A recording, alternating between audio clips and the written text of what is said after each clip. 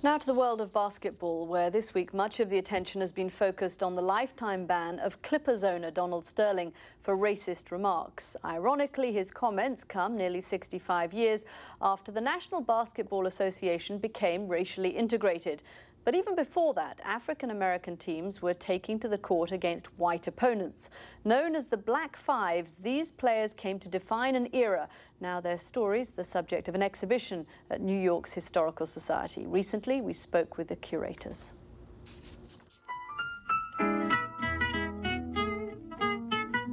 Well, in the old days, basketball teams were known as fives for the 5 starting players. And in society that was segregated, the game of basketball was also segregated, so they were called Black Fives, Colored Fives, Negro Fives.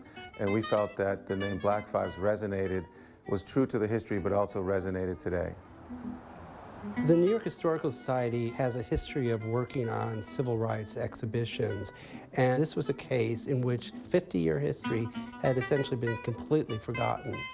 Well, the Black Fives era spans from 1904, which is when basketball was introduced to African Americans for the first time in Washington, D.C., and it goes all the way through 1950, which is when the NBA became racially integrated. People don't understand history. They think it's just one general progression and there are no little side trips. Sometimes the side trips are more important than this general progression. And in the case of the Black Fives and the importance of sports and civil rights and how these things became combined, it's extraordinarily important.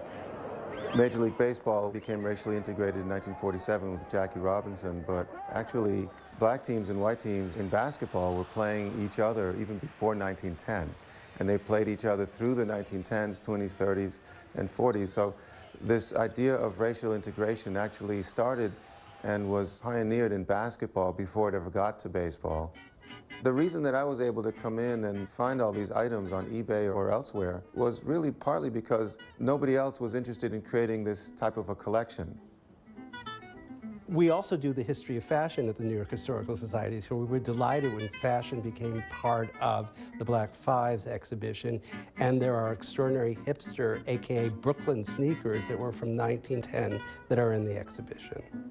Amateur teams gave way to semi-pro teams, and then eventually the professional business model took over with full-year guaranteed contracts for players. And the innovator of that was a man named Robert Bob Douglas, who was the owner of the New York Wrens. And the Wrens went on throughout the late 20s and 30s and even into the 40s to be the dominant basketball team.